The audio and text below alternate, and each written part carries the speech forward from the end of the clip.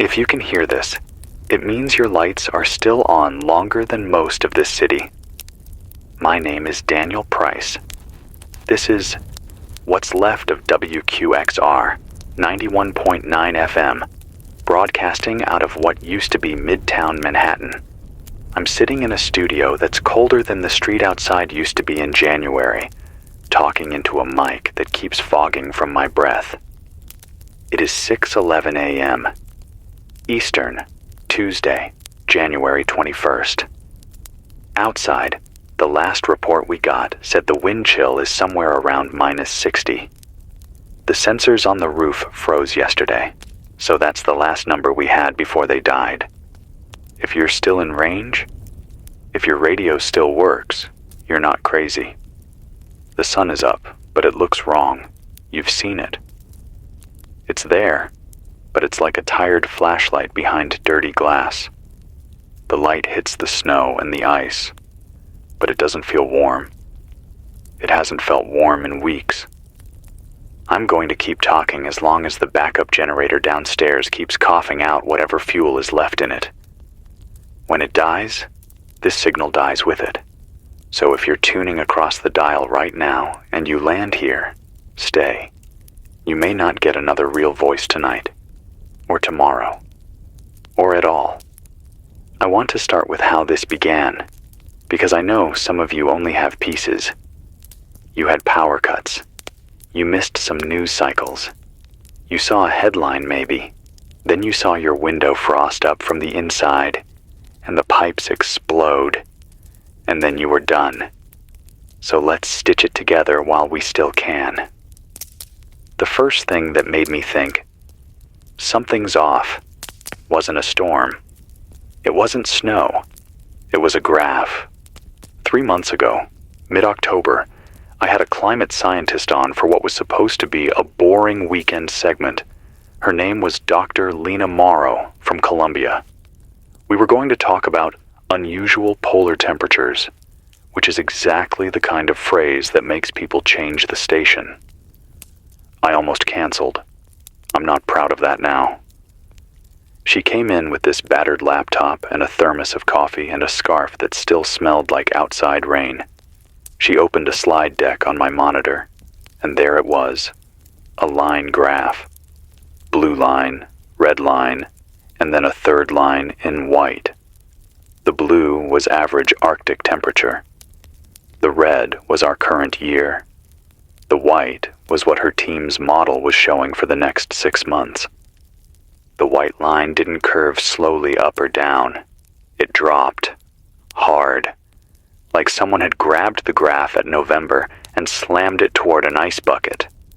At the time, she laughed this small, nervous laugh and said on air, "To be clear, this is an outlier scenario." I remember her eyes didn't match the laugh off air. I asked her, "But what if it's right?" She said, "Then our math is wrong for everything else. And if our math is wrong for everything else, then we don't really know how the planet works. And that scares me more than any one storm." I clipped that segment for the podcast. It got 2,000 plays. No one cared. Why would they? The world still had football games and pumpkin spice drinks and people complaining about subway delays. You remember that week in November when Florida got snow on the beaches? Real snow, not the weird hail from years back. People made TikToks of snowmen by the surf hashtag #SnowRita. People were laughing, throwing snowballs in bikinis. Cable news ran it as a joke for days. What you didn't see, unless you dug into the strange corners of the internet, was the satellite shot that leaked out of NOAA a day later. The jet stream, that big river of air that circles the northern half of the planet, was bent like a paperclip. It dipped so far south it brushed Cuba, and up over Canada, over Hudson Bay in the Arctic. The air just sat, heavy, still, cold. We got an email about it here, not the public one. One of our producers, Mark, had a friend who worked as a tech at a weather data center in Maryland. He wrote, Don't say my name on air. Models are going nuts. Something about the Atlantic overturning slowing way faster than expected. We're seeing temperature swings that don't match any historical pattern. Someone just shouted in the hallway that this can't be right, and then the server crashed. I read that line 3 times. This can't be right. Turns out, it was. You probably remember the first real sign in your life. Not charts, not graphs. The moment your body knew something was wrong. Think back. Was it that weird week when the air felt thin? When the sky stayed this pale, flat gray even at noon? When your phone's weather app said one thing and your bones said another? For me, it was the rain that didn't melt. It was late November, Black Friday, streets packed. I was walking down 7th Avenue after my shift, and this light drizzle started. But the drops that hit the ground didn't turn into puddles. They turned into slush in seconds. People still had shopping bags in their hands when their shoes froze to the sidewalk. Cars were sliding as if someone had greased the road. Cabs were stuck in place, their tires spinning over a layer of ice you could barely see. People laughed at first. New Yorkers are weird that way. They laughed and took pictures. Then someone fell. Hard. Then another. By the time I got to the subway entrance, there was a guy in a red hoodie sitting on the steps, holding his wrist and swearing. And the rail he was leaning on already had frost creeping along the metal in thin white veins. That was the first flash freeze warning on the emergency alert system. Your phone probably screamed at you too. A shrill tone that cut through the street noise, and then that robotic voice reading the text. Sudden temperature drop, seek shelter. Avoid travel. This is not a drill, not a drill. They actually used those words. At the time, I thought it was one bad storm. The news anchors said the same thing. Historic cold front. Record-breaking lows. They brought on someone who had written a book about the mini ice age in Europe centuries ago. He smiled into the camera and said, "We've seen odd winters before.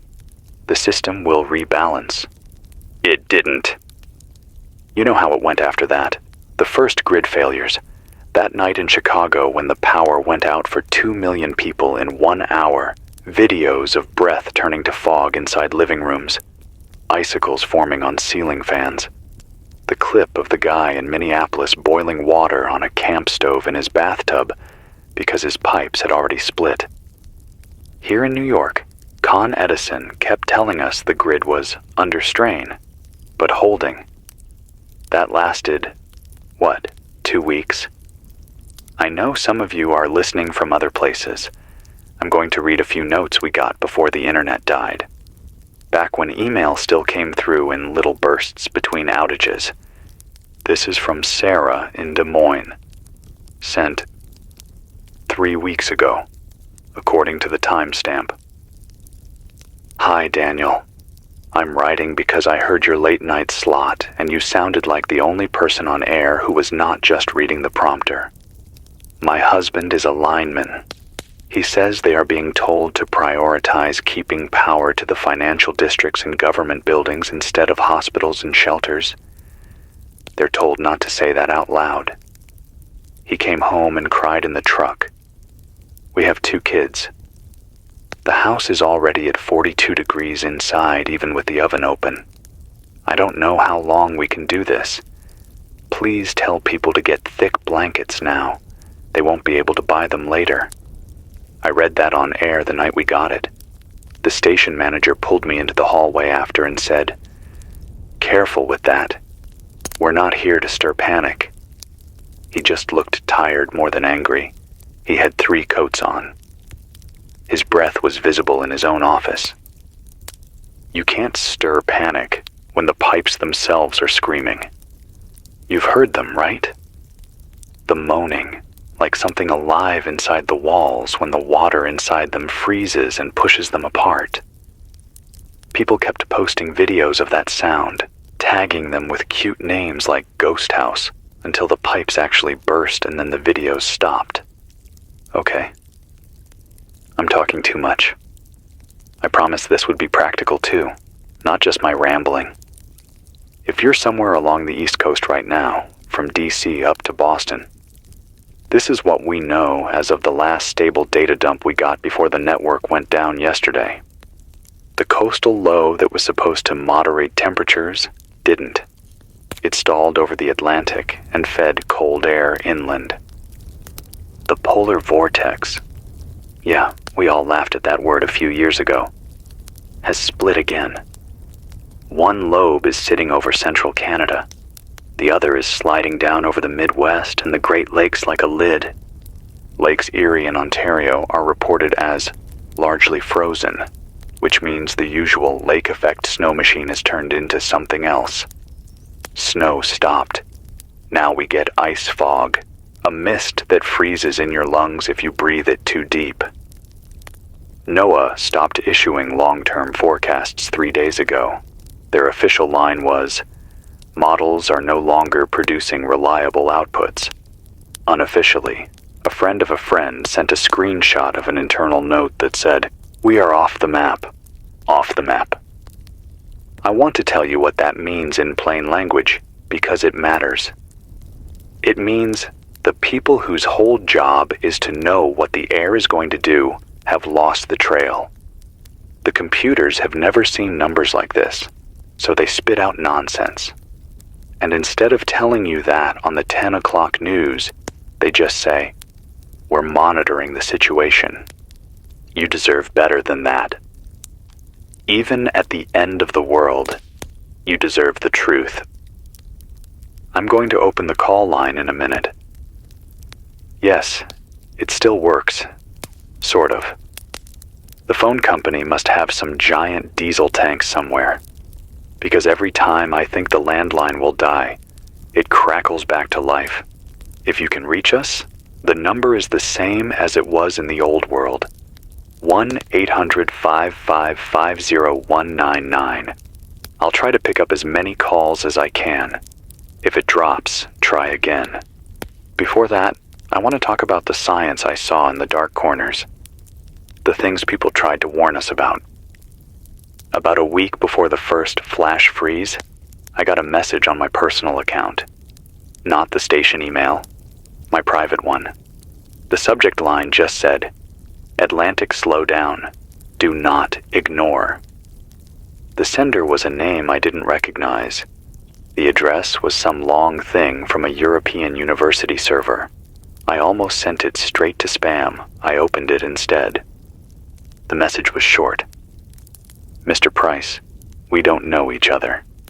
I work with North Atlantic circulation models. I listened to your interview with Dr. Morrow. She is cautious on air. She has to be. Off air, we are terrified. The AMOC is weakening much faster than our published papers say. If the wrong kind of fresh water pulse hits at the wrong time, we could see regional cooling events far beyond what the public expects. We are seeing signals now that should not be present until next century. Please, if you have any platform, tell people that we do not fully understand the tipping points. We are not as in control as we pretend. AMOC. That's that big ocean conveyor belt they always show as a red ribbon on the documentaries. Warm water goes north near the surface, cools, sinks, heads south again. That engine keeps Europe mild and pushes patterns across the Atlantic. You know what dumps fresh water into the North Atlantic? Melt glaciers, ice sheets, permafrost lakes when they overflow. We knew all that. We just thought it meant heat, storms, maybe flood zones changing. None of the neat graphics in those videos ever showed this. An ice age starting like someone flipping a switch. I wrote back to that guy. I said, "Can I put you on air?" He didn't answer. 3 days later, the news quietly ran a story saying, "A temporary reduction in Atlantic circulation has been observed, but there is no immediate cause for alarm." They tucked it between a segment about a celebrity divorce and a feel-good story about dogs in sweaters. The clip lasted 45 seconds. Do you remember seeing any headlines about an AMOC emergency? No. You remember seeing the footage of Times Square under whiteout? Yeah, me too. All right. I've got the phone line open now. Let's see if anyone's out there. Okay. Line 1 is showing something. I'm going to patch you through. If you're calling from outside New York, tell us your city. People need to know they're not alone. Hello. You're on WQXR. This is Daniel. I hear you. Sort of. Can you hear me? Yeah, I hear you. This is Mike from Toledo, Ohio. Toledo. The last we heard, the turnpike out there was a frozen graveyard of trucks. Mike, thanks for calling. What's it like where you are right now? Cold as hell, man. Sorry. I know you can't say that maybe, but that's what it is. My phone died 2 days ago. I found this old radio in my dad's garage, and it still works. I'm in the basement with 2 space heaters running off a generator. Fuel's low. We're down to, like, half a tank. I keep hearing, I don't know, booms outside. What kind of booms? Like trees snapping, or houses. It's hard to tell. The power went out on our block last week. My neighbor tried to run his truck all night with the heat on, and a hose bringing the exhaust out his window. He didn't wake up. His wife found him in the morning, and she started screaming. I helped her drag him outside. He was stiff, like a statue. There's a pause. I can hear him breathing, quick, shallow. I'm sorry, Mike. I'm glad you called. How many people are with you? My mom. She's 81.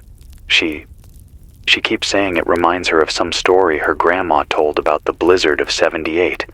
But this is not that. The radio stations here are mostly dead. I kept turning the dial and just got static. And then I heard your voice cut in and I don't know, I needed to hear that someone else is still out there. We're out here. As long as the generator keeps going, you've got us. Listen, I need to ask, do you have water? Yeah, for now. Pipes froze upstairs, but we filled the tub when they first said something about extended outages. I also got like 10 gallons in jugs, but it's all turning to slush unless I keep it near the heaters. Okay? Keep a small container closest to the heaters so you always have liquid. Don't heat your whole water stash at once. You'll lose too much to steam, and make sure there's some ventilation in that basement, even if it makes it a bit colder. Carbon monoxide will kill you faster than the freeze. Yeah, my uncle said that too. We cracked the little window, put a towel at the bottom. You can see the ice growing around the edge of the glass. Looks like veins. Mike, I'm gonna keep you on the line another moment. Anything you want people to know from Toledo? Anything you've seen? Martial law, I guess. They didn't call it that on TV, but that's what it is. Last time I went outside, there was a Humvee at the intersection guy with a rifle telling people to go home, stay off the roads. They said they were keeping vital corridors open for supply trucks, but the trucks, they were just going past, not stopping. I saw one slide sideways on the ice and just keep going, knocking over a streetlight. He goes quiet again. And the sky. No planes. Not even contrails. When I was a kid, there were always lines up there. Now it's just this gray roof that never moves. Do you feel like anyone's in charge, Mike? He laughs, It's a short, harsh sound. Feels like the weather's in charge, man. Government's just reacting. We still get these texts sometimes, but they don't match what's happening outside yesterday.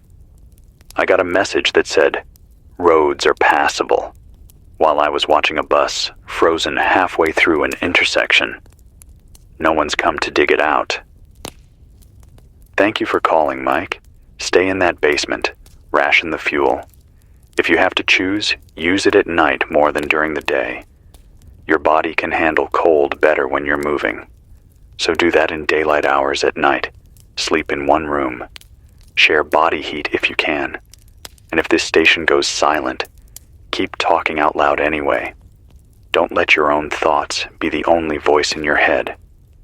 He sniffs. I hear something like a half laugh, half sob. Copy that, man. Thanks. Good luck in New York. You too, Mike. You're not alone. The line clicks. Dead air, then the faint hiss of the open channel. I sit here for a second, looking at the little red on-air light. I used to complain about early shifts, about broken coffee machines and loud ads and drunk callers on weekend nights. Now I would give anything to hear someone complain about traffic. You heard what he said about martial law. They'll never call it that officially, but it's there, city by city. Curfews, checkpoints. Travel restrictions due to unsafe conditions. That's the phrase they use on TV when they show you an empty highway with one military truck driving down the center. I got a message from my cousin in Boston the day before the networks died. She works at a local TV station there. She texted, "We're not allowed to pan up when we go live from outside orders from above. No wide shots. They don't want people to see how much is frozen." Think about that. Not allowed to show the sky. We used to think sensors hid war or protest. Now they hide clouds. Let's take another call. You're on the air with Daniel. Say your name and where you're calling from.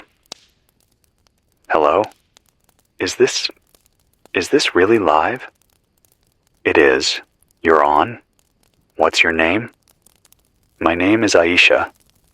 I'm calling from Brixton, London. London. Across the ocean. The fact that I can hear her at all feels like some kind of miracle.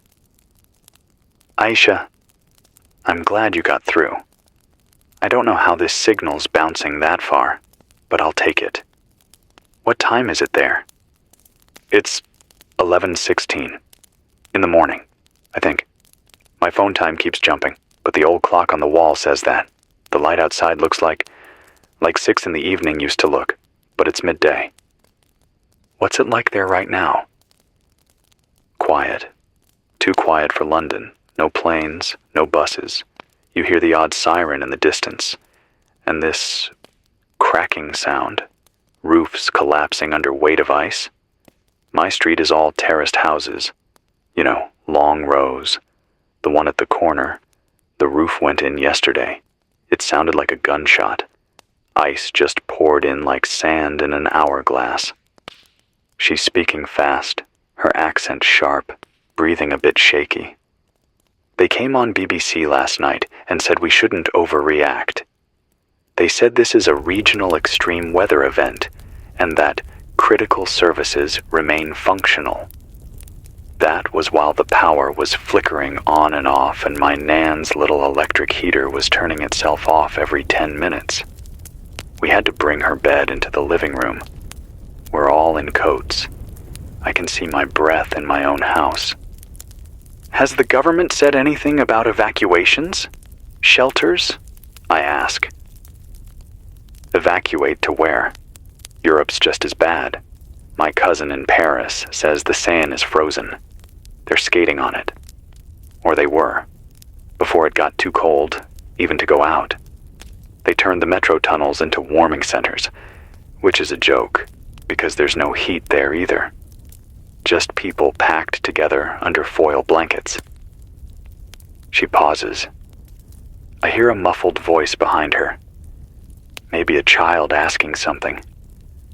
She answers softly, then comes back. Sorry, my little brother wants to know who I'm talking to. I told him it's a man in New York who's still on the radio. He asked why our radio people aren't doing that. I didn't know what to say.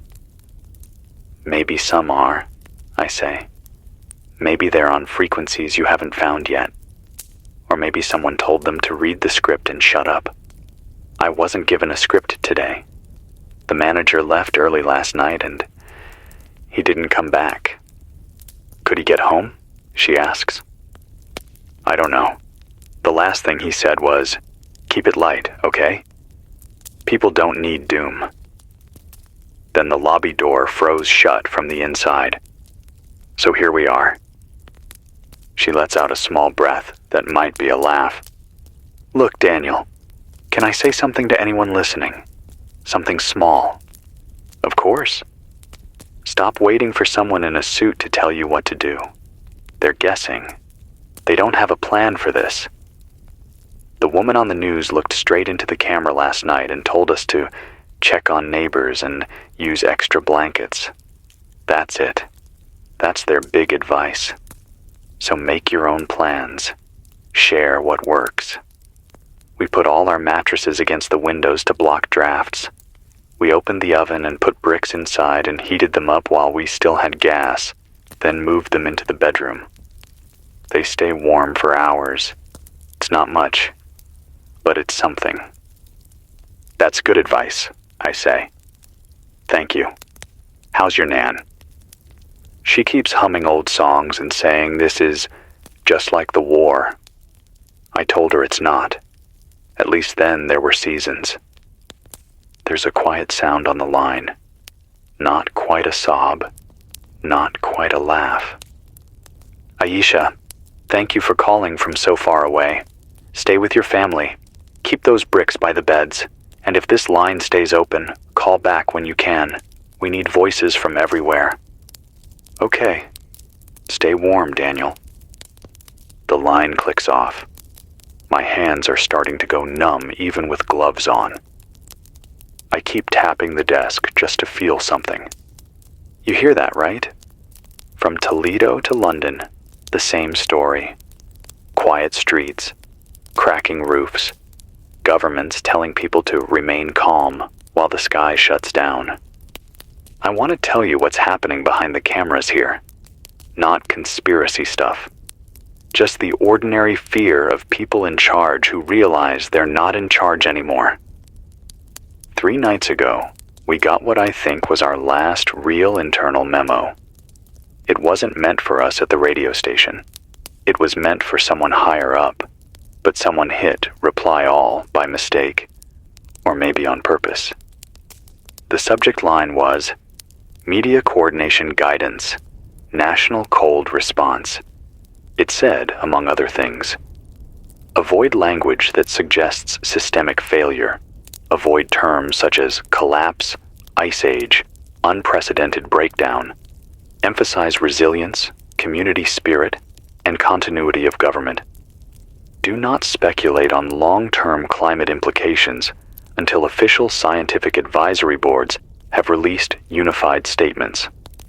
Under no circumstances should on-air talent suggest that emergency services cannot reach citizens who call for help.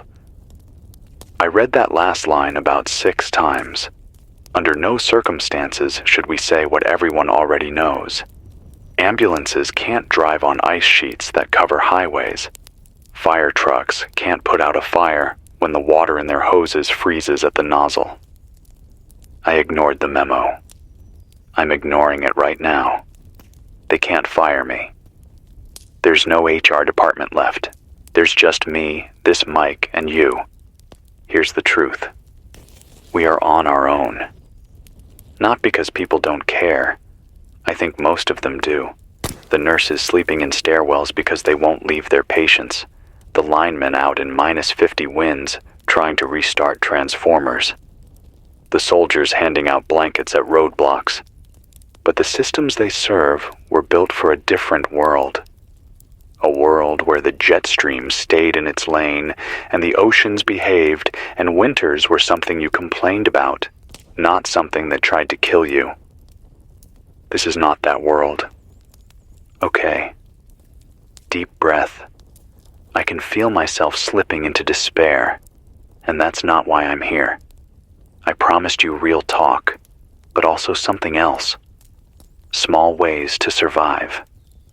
If you're still listening and you haven't done these yet, do them now, or as soon as this broadcast ends. Pick one room in your home. Make that your core. Hang blankets over the door. Pile furniture against the walls. The smaller the space you heat, the better. Get off the floor if you can. Cold pools low. Put your mattress on top of something. Books, chairs, anything that creates a layer of air between you and the ground. If you have candles, use them, but don't rely on them. The fire risk is real even now. Yes, even in an ice age, things burn. If you have neighbors and you are all sitting alone in different cold rooms, stop that. Pick the safest house and share it. Body heat is free. Pride will kill you. Do not run your car engine in a closed garage to keep warm. I shouldn't have to say that, but people keep doing it. Carbon monoxide is invisible, silent, and fast. If you live near a body of water that is frozen over, do not trust the ice just because it looks solid. This came fast. There are pockets people are falling through. You won't last long if you do. I'm not a prepper. I was a mid-level radio guy who used to read ad copy for mattresses and coffee apps. But I've learned things in the last weeks, and I won't keep them to myself. The generator just coughed. You might have heard that hum dip in the background. That's our clock. When it stops, so do I. I'm gonna keep this channel open as long as I can today. Maybe we'll make it to noon. Maybe not. I'm going to take one more call before I go through the latest scrap of science someone slid under our digital door. Line 3 is flashing. Let's see who we've got. You're on the air with Daniel in New York. What's your name? Where are you calling from? Yeah. Hey, name's Carlos. Calling from El Paso, Texas. Texas. A place people used to drive to for warmth. Carlos, how's it looking down there? Wrong, man. Just wrong. Dessert's not supposed to look like this. We got, what do you call it? Hoarfrost? On cacti. On power lines. On everything the Rio Grande down by the bridge. It's frozen. People were taking pictures on it 3 days ago. Now the wind chill's so low, you can't stay out for more than 10 minutes. Border Patrol's gone. They took their trucks and left. No one's checking anything anymore. I almost asked him about crossings, about what it means when borders freeze, but I stopped myself. Not now. How's the power? I ask instead. Rolling blackouts at first, then just black. We got a small solar setup on the roof, but panels don't work too great when they're covered in ice. I tried to sweep them off, but the wind almost took me. My abuela keeps saying she never thought she'd see snow like this again. Last time was in the 80s. Then it was one day and gone. This just keeps coming. He's quiet for a moment. You said you had some insider info, right? About what's really going on? 'Cause down here, all we get is, please conserve energy and help your community. No one will say why the sky looks like someone turned down the dimmer switch on the sun. I rub my forehead, feel the faint crust of dry skin from the cold air. Yeah, Carlos. I'll share what I've got. It's not a full picture, but it's more honest than what they're putting on the teleprompters. Stay on the line if you want. You might hear something that helps, or at least something that makes you feel less crazy.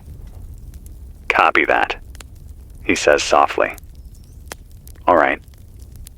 Here's what I've pieced together from leaked memos, panicked emails, and late-night calls from people who probably broke their NDAs to talk to me. There are 3 main theories among the people who study this stuff for a living. 1. The tipping cascade theory. That's the idea that we hit several climate tipping points at once, not over decades like the nice graphs showed, but in a quick burst. Arctic sea ice melt hit some threshold at the same time as Greenland runoff spiked at the same time as permafrost lakes burped out more fresh water than expected. The ocean conveyor belt, the AMOC, took that hit and stumbled. When it stumbled, heat stopped traveling north the way it used to. Think of it like someone knocked over the first domino in a chain that was already set up, but closer together than we thought. 2. The volcanic assist theory. You remember that remote eruption last year? The one in the North Pacific that shot ash and aerosols into the stratosphere and made those weird red sunsets for weeks? A few scientists think that played a role. Not just cooling from ash, but changes in cloud seeding, upper air patterns. They were still arguing about it in journals when this winter hit. Now they don't have journals, or power, or labs. 3. The solar glitch theory. This one's more fringe, but it keeps popping up in leaked chat logs. Something about a sudden drop in solar output that doesn't match the usual 11-year cycle. A tiny change, just a fraction of a percent. But when your whole system is balanced on a knife edge, a fraction matters. Some satellite that monitors the sun apparently sent back data that didn't match expectations. Then it went offline. Make of that what you will. Maybe it's all 3. Maybe it's something we haven't even named. The point is, even the experts don't agree. They're guessing too, just with better math. What they do agree on is this. The old pattern is gone. Even if this deep freeze eases in a month or 3 or 6, it won't be back to normal. The ocean currents will be different. The snow and ice that built up this fast won't just melt and vanish. It will change how sunlight bounces back into space. It will change winds, clouds, crops. It will change everything. I'm not saying this to crush you. I'm saying it so you stop waiting for a return to normal headline. There is no normal coming back. There's only whatever you build next in the cracks of what's left. I can feel my voice getting hoarse. I'm tired. I've slept maybe 2 hours in the last 24. Every time I close my eyes, I hear the generator cough and I think, if it dies while I'm asleep, there will be nothing. Just the sound of the building cooling and the city settling into silence. But I also feel something else under the fear. A thin line of, I don't know if hope is the right word, maybe stubbornness. The idea that as long as one signal is moving through the air, we're not done. If you're listening in a dark room with your coat on and your breath fogging in front of your face, I want you to do something small for me. Lift your hand. Just one. Make a fist. Feel your fingers. They hurt, right? That means blood is still moving. You're still here. So am I. This is WQXR 91.9 FM, New York. This is Daniel Price, still breathing into this mic while the world freezes over. We're going to stay on as long as we can. I'm going to take a minute to drink the last of my coffee. It's cold, but it's something. And then I'll come back to your calls. I want to hear from Miami, from Toronto, from anywhere that still has a pulse. If you've got a story, a tip, a hack that kept you warm last night, call in. If you've lost someone and you want their name spoken out loud on real radio at least once, call in. As long as this red light is on, this is your line to the rest of us. Don't go quiet. Don't go numb. I'll be right here on this frequency for as long as the fuel holds. The red on-air light flickers once, like it's thinking about giving up, then steadies again. I breathe out slowly and lean closer to the mic. My fingers feel stiff on the desk, like they belong to someone else. If you're still with me, if you haven't drifted off or had the signal fade under the static, I'm here. I'm not stopping yet. Let's keep going. The call board just lit up again. I'm going to grab the next one, because that's why I'm doing this. Voices, real ones. Not press releases, not statements read by people trying not to shiver on camera. Here we go. You're on the air. This is Daniel. What's your name, and where are you calling from? It's Paige, from Savannah, Georgia. Georgia. A place that used to brag about mild winters. Hi, Paige. Tell us what's happening around you. She sighs, a long, shaky breath I can almost see fogging the room she's in. I grew up here, she says, all my life. I've never seen the river freeze. The Savannah River it's glass. Yesterday people walked out onto it like it was nothing. Today you can't. You step on it now and it cracks like thin sugar. My neighbor tested it with a broom handle and the whole sheet shifted. That sound, I don't think I'll forget it, like the ground was about to give out. Are you home alone? No. My dad's here. He's 72. Used to work on the docks. He keeps saying he doesn't recognize any of this. He sits by the window in 3 jackets and just stares at the sky. He keeps asking what time it is, even though the clock is right in front of him. I think the cold's getting to him. Are you keeping one room warm? We tried, but the house is old. There are gaps everywhere. You feel the air sneaking in from under the floorboards. We pushed the couch against one wall and hung blankets all around the kitchen door. It helps a little. But last night, when the wind picked up, the temperature dropped inside the house in minutes. My hands went numb just holding a cup. What about power? Gone for 6 days. The grocery store near us had its windows cracked from the temperature change. They opened for 2 hours yesterday, just long enough for people to panic and clear the shelves. The freezer aisle looked like a cave.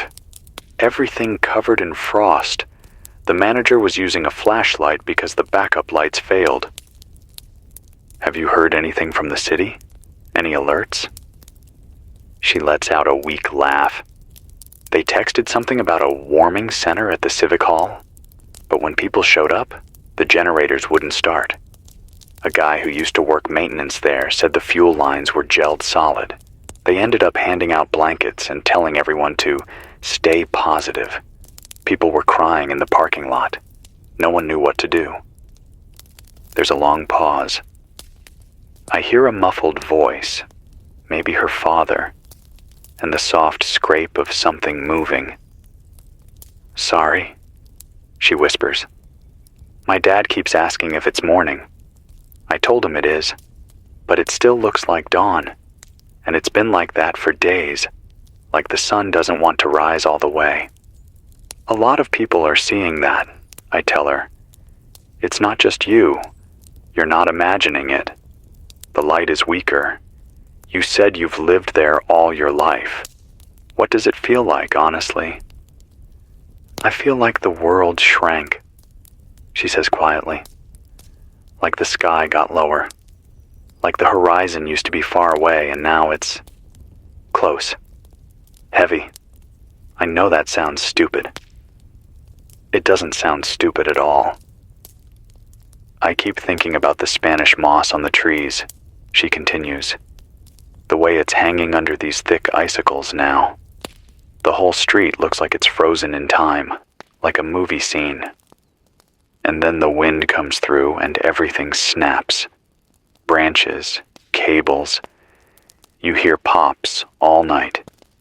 And you don't know if it's your roof next. Another long breath.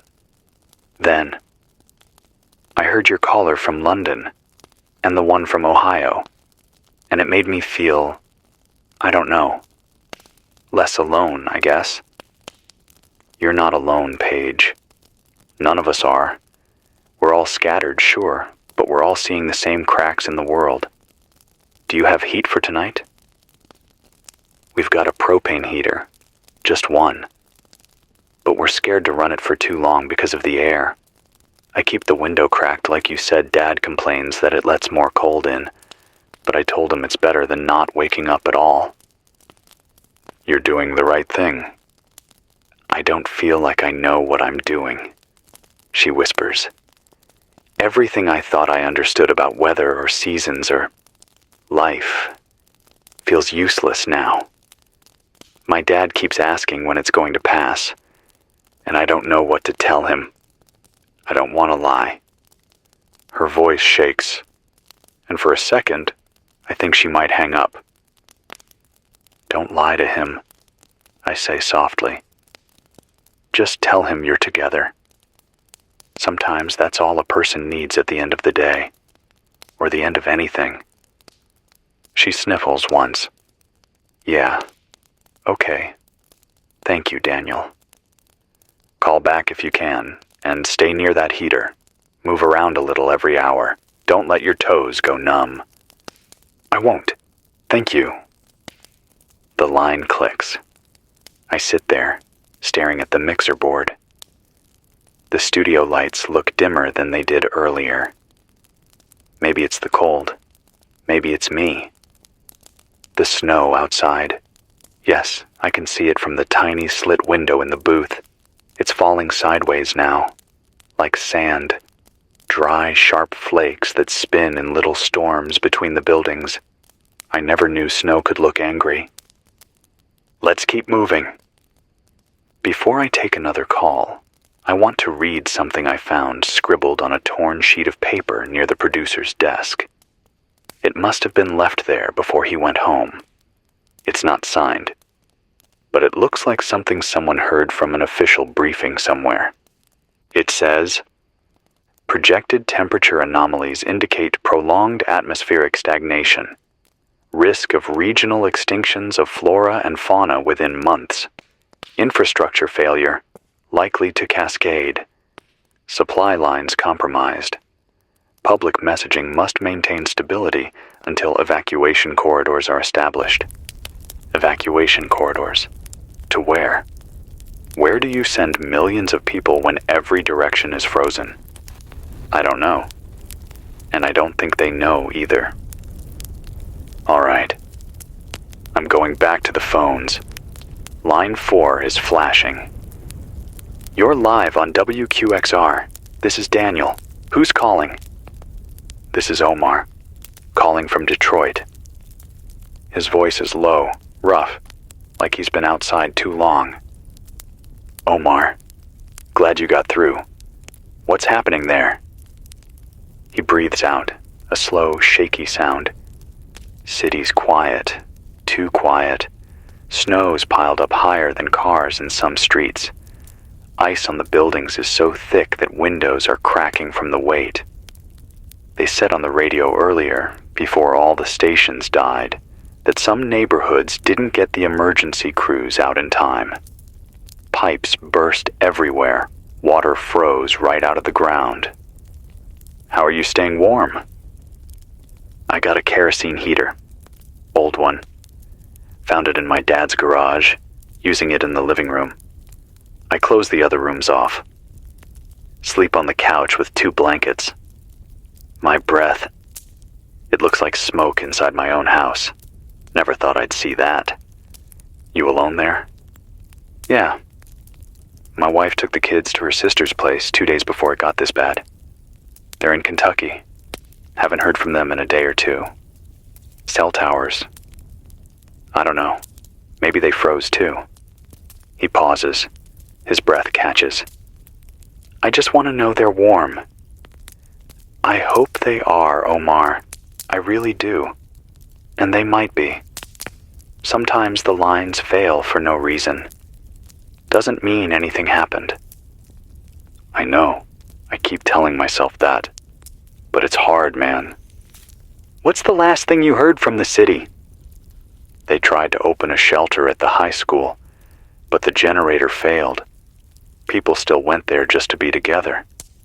They say the cold feels less dangerous when you're around others, even if there's no heat. I guess maybe being alone is worse.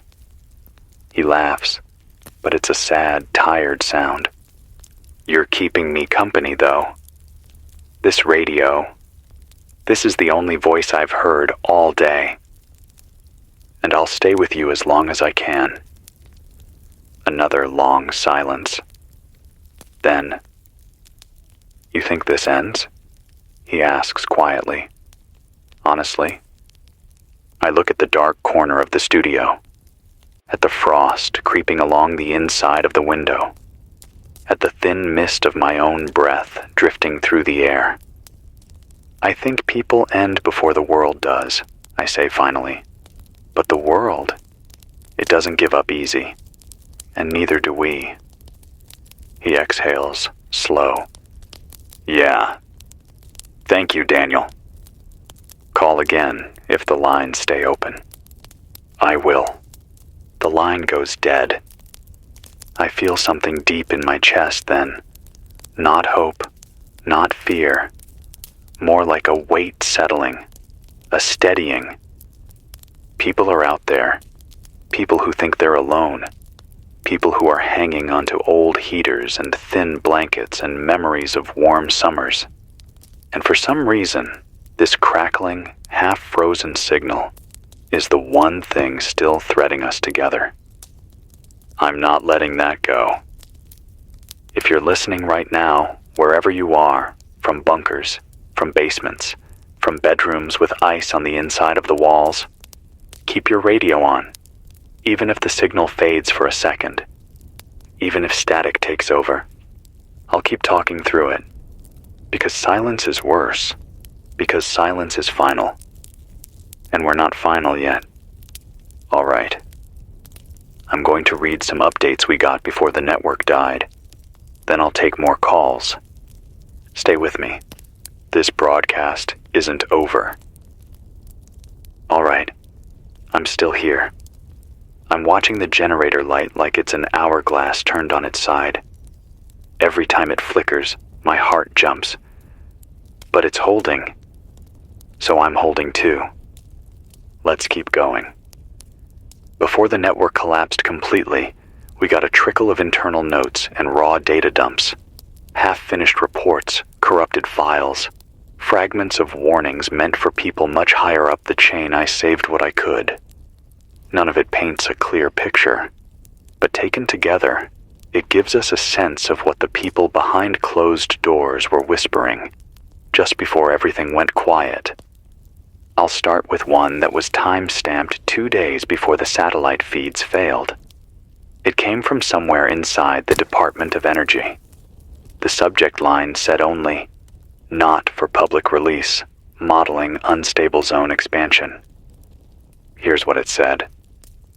Thermal inversion zones are showing rapid southward movement at a rate outside modeled boundaries. Full analysis pending, but preliminary numbers indicate accelerated atmospheric stratification, consistent with extreme cooling infrastructure failure, expected to intensify over the next 7 to 12 days. Recommend urgent resource consolidation in stable regions. Communication systems may fail simultaneously due to ice accretion on towers and reduced output from solar installations. What struck me wasn't the science, it was the phrase stable regions. There are none. Not anymore.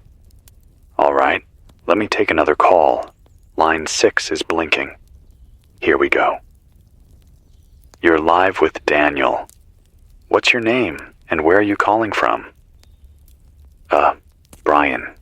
Calling from Portland. Maine. His voice trembles, not from fear, but from cold. I can hear it. Brian, thanks for calling. What's happening up there? There's a sound behind him, a dull thud, maybe a branch hitting the house. I don't know what's left to say, he mutters. Everything's frozen. The bay, completely still, no waves. It looks like someone pressed pause on the ocean. The boats are frozen in place like toys in a block of glass. He inhales sharply, like he's trying not to choke up. My parents' house lost power 6 days ago. Pipes burst.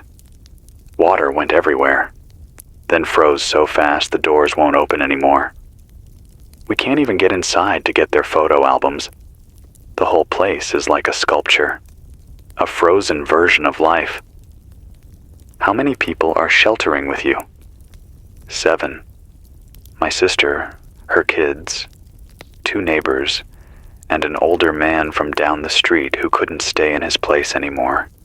He kept saying he didn't want to be a burden, but we told him he wasn't nobody's a burden right now. Not when the whole world feels like it's cracking. What about heat?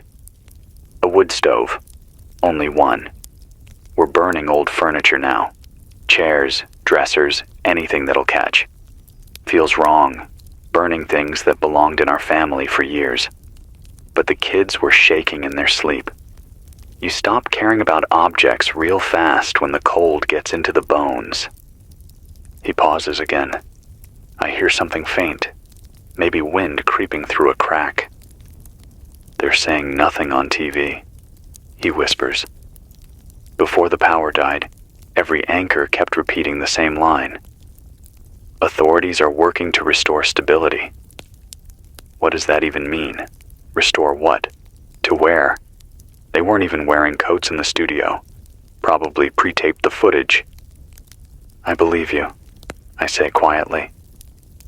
My sister asked me yesterday if this is the end, if this is how things stop for good.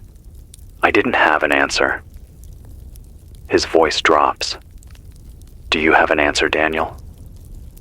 I close my eyes for a moment. My fingers have gone numb again. No, I say. But stopping isn't the same as ending. People survive things they're never supposed to survive. You're proof of that. Everyone crouched around that stove with you is proof. A long silence follows.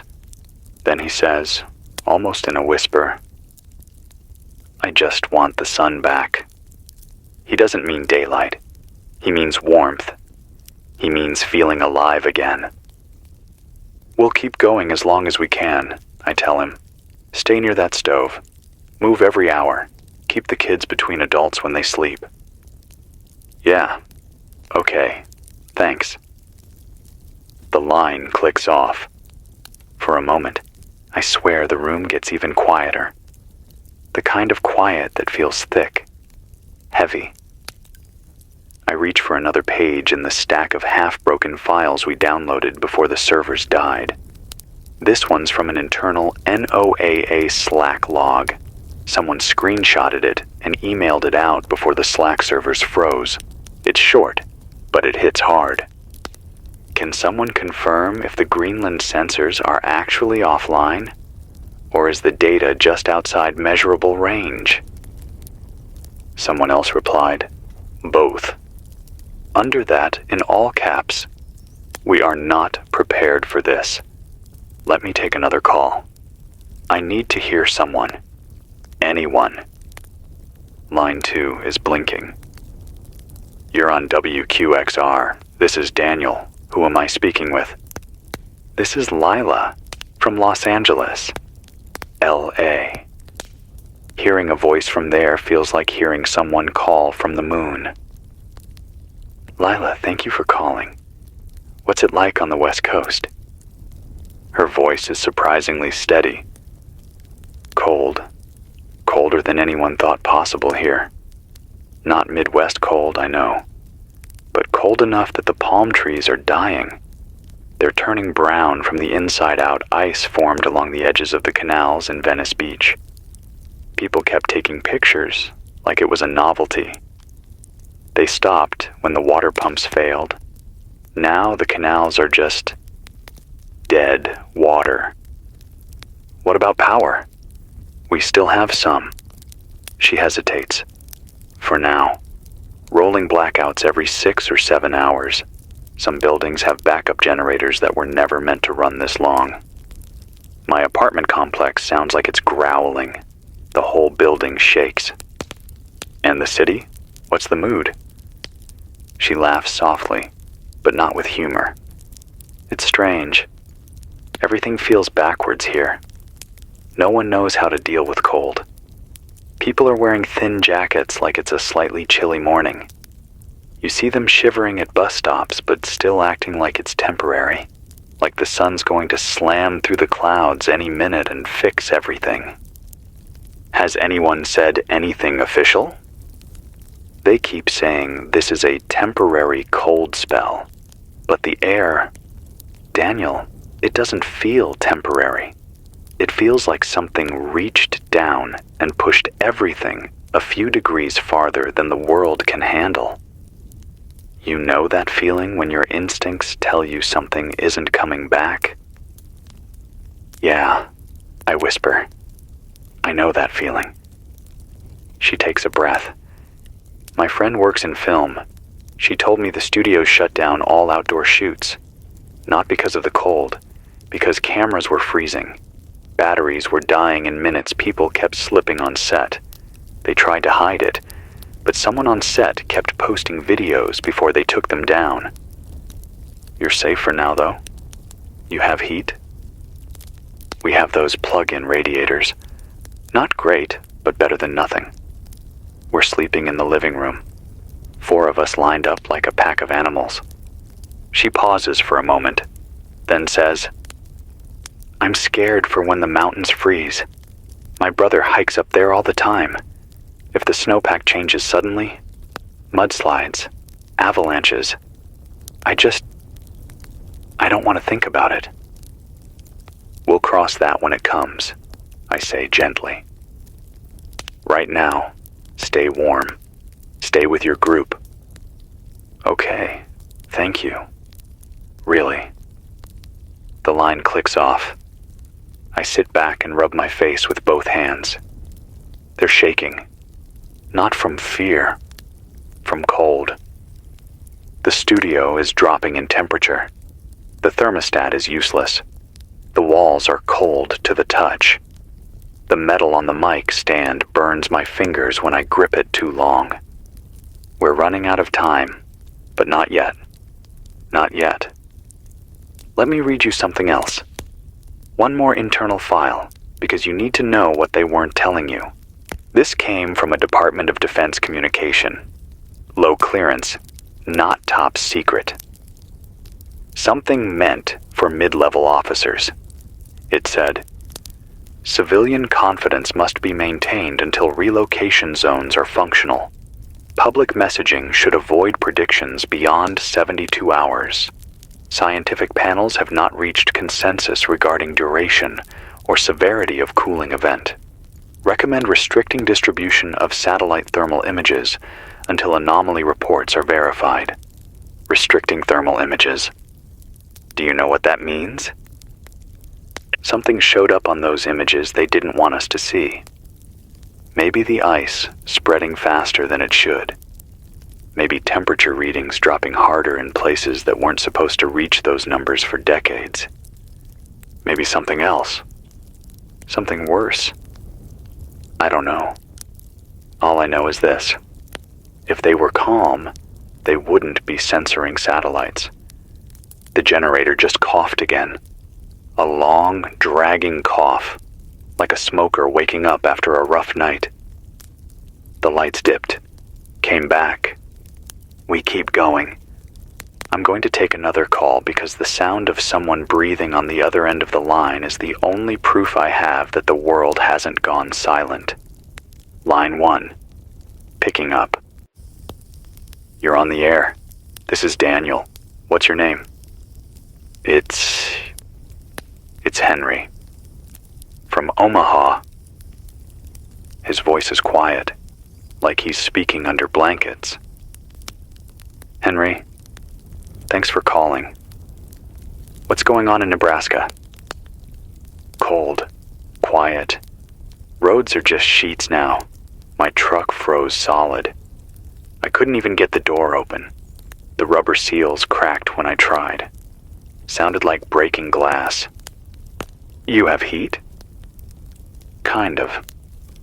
Propane heater. Running low, though. I keep it on for an hour, off for an hour. Trying to stretch it. I stay under 3 blankets when it's off. How's your city? I haven't seen it. I haven't left the house in 4 days. The last time I did, I saw a family walking on the middle of the street because the sidewalks were too slick. They were carrying trash bags full of clothes. The father kept shouting that the shelter was full. No one stopped to help. I don't think they could. He goes silent for a few seconds. My sister lives across town. She has 2 kids. I haven't heard from her in a day and a half. Phones might be down, I say. I know, but it's the quiet that scares me. Not the cold, the quiet. No engines, no dogs, no planes, just cracking sounds from the trees. He shivers audibly. Do you think the government knows what to do? He asks. Be honest. No, I answer. There's no point lying. Not anymore. I figured, he whispers. Guess it's on us now. Regular people. It always has been, I say. Yeah. Thanks, Daniel, for being here, for saying things straight. He hangs up. I sit there, listening to the static for a moment. You can run out of heat. You can run out of food. But running out of voices, running out of connection, that's when people break. So I'm staying here, as long as this mic works, as long as this frequency carries, as long as my voice doesn't freeze in my throat. We're not done. Not yet. I'm still here. The lights just buzzed again. This low, angry hum like something deep in the walls is begging for rest. But the power held. The generator's running uneven, like an old man climbing stairs, each breath heavier than the last. But it's running, which means I'm talking, and you're listening. And for now, that's enough. Let's keep going. Before I take the next call, I want to tell you something that happened here last night. Something small, but it shook me more than any headline ever did. Around 2 a.m., I walked down the stairwell to check the generator. The whole building was dark except for the emergency lights. Those little red dots that barely do anything but remind you the dark has corners. The stairwell window faces an alley, and through that tiny square of glass, I could hear the city cracking. Not sirens, not people. The city itself. This deep, slow groan of metal contracting under pressure, pipes popping, walls shifting, something falling somewhere far away. Just one thud, one echo swallowed by the cold. It was like the whole city was shrinking inside its own skin. And in that moment, standing there, with my breath floating around me, like smoke, I realized something I haven't said out loud yet.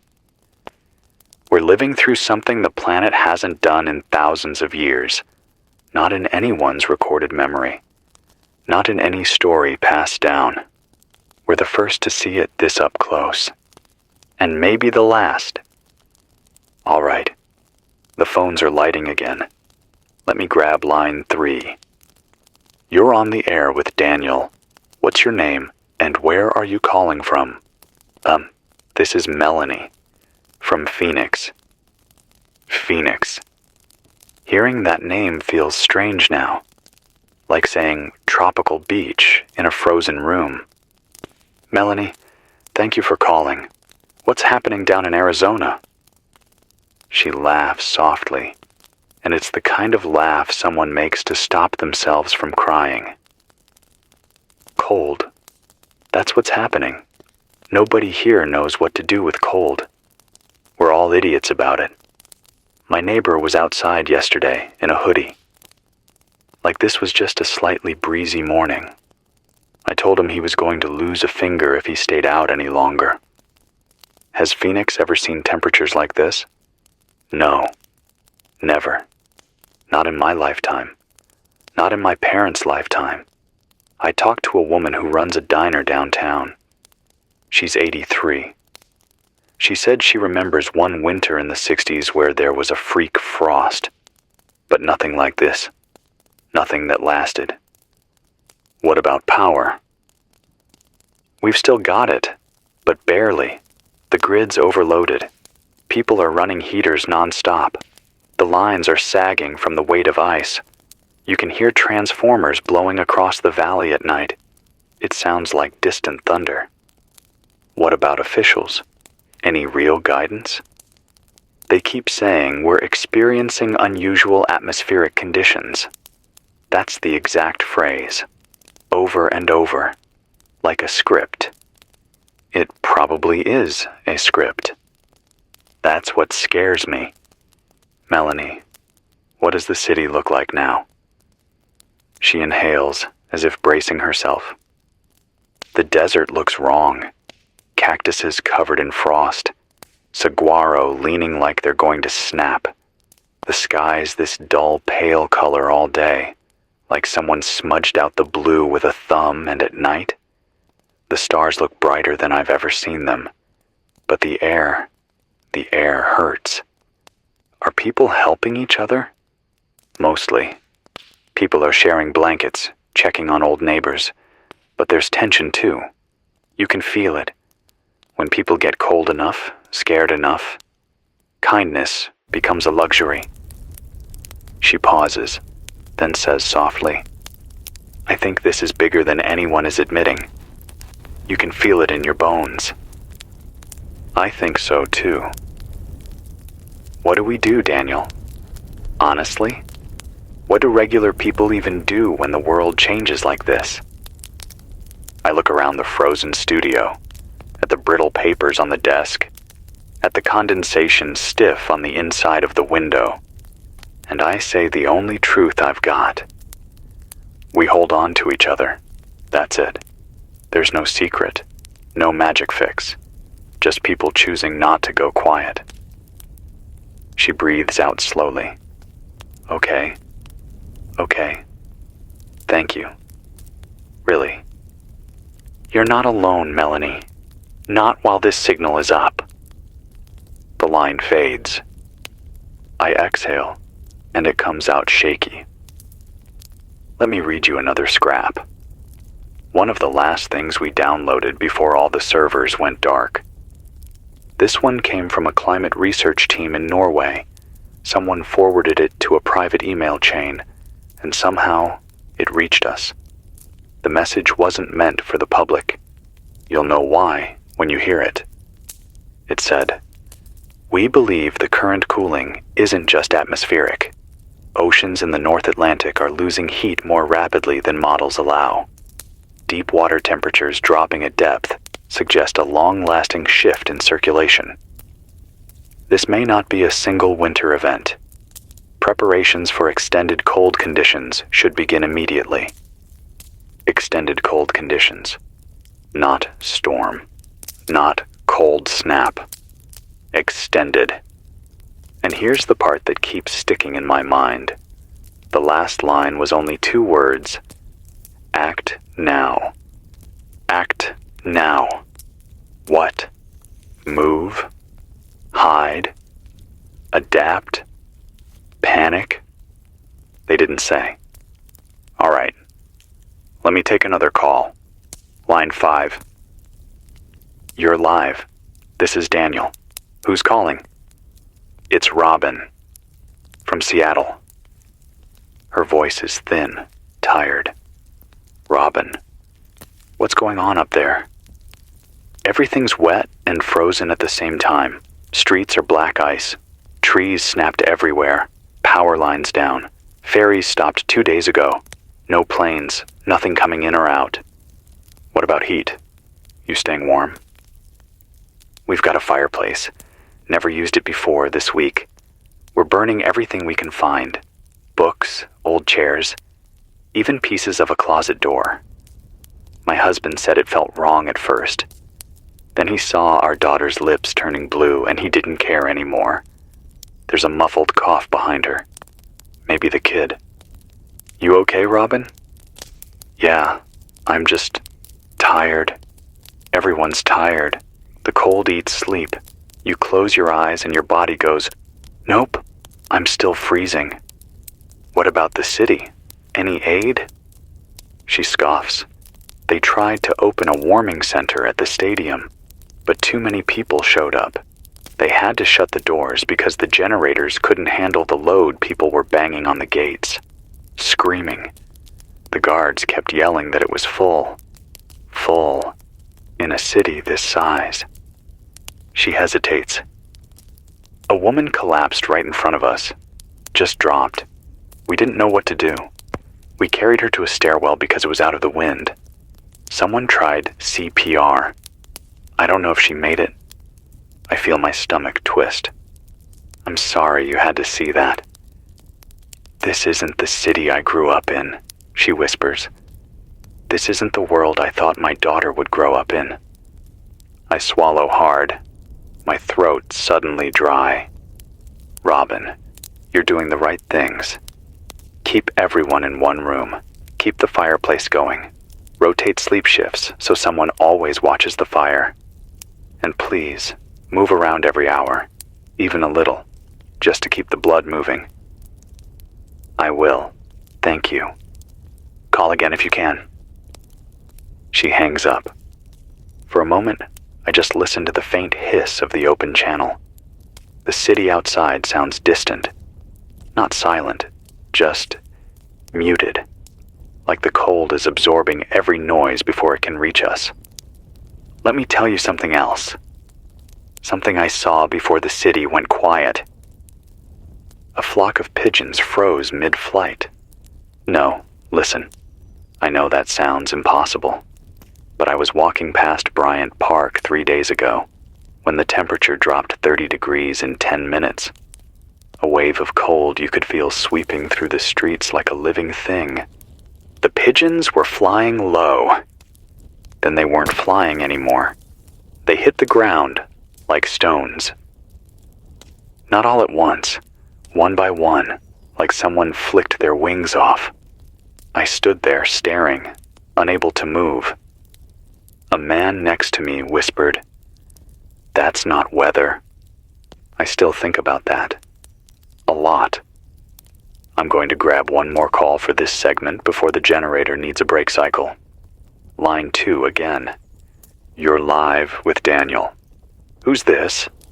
It's Caleb. From Toronto. Toronto. Another city buried under ice. Caleb, what's it like up there right now? He breathes in sharply. The CN Tower is iced over, completely. There's frost climbing up it like a living thing. I saw a video before the internet went down. Ice sheets forming in the elevators, people trapped in stairwells. Those who made it down said the doors were frozen shut. Any word from the government up there? They keep saying it's temporary. But my friend works with emergency services. He said they don't have enough trucks that can even drive on streets like this. They're using snowmobiles in downtown. Snowmobiles, Daniel, in Toronto's financial district. What about heat in your home? You managing? For now, we're burning old fence wood. It smells awful, but it burns. My neighbor's staying with us. His windows shattered from frost expansion, never seen anything like that. Have you heard anything from your power company? They said they're working around the clock, but the grid isn't built for this. Something's going to give. Soon. He sighs, and the sky, it's dim all the time, like the sun's tired. I hear that a lot from callers. Is this an ice age? He asks suddenly. Just tell me straight. I stare at the mic, at the frost creeping down its metal arm. I don't know, I say, but it's something close. Maybe not the thousands-year kind, maybe not the storybook one, but something that looks like it, feels like it, and changes everything. He doesn't respond for a moment. Then he says very quietly, "Thank you." He hangs up. I take a shaky breath. If you're listening right now, wherever you are, however cold you are, don't go quiet. Don't sit still for too long. Don't let your mind slip into that numb place where you stop caring. You're still here. You're still alive. And I'm still broadcasting for as long as the fuel holds.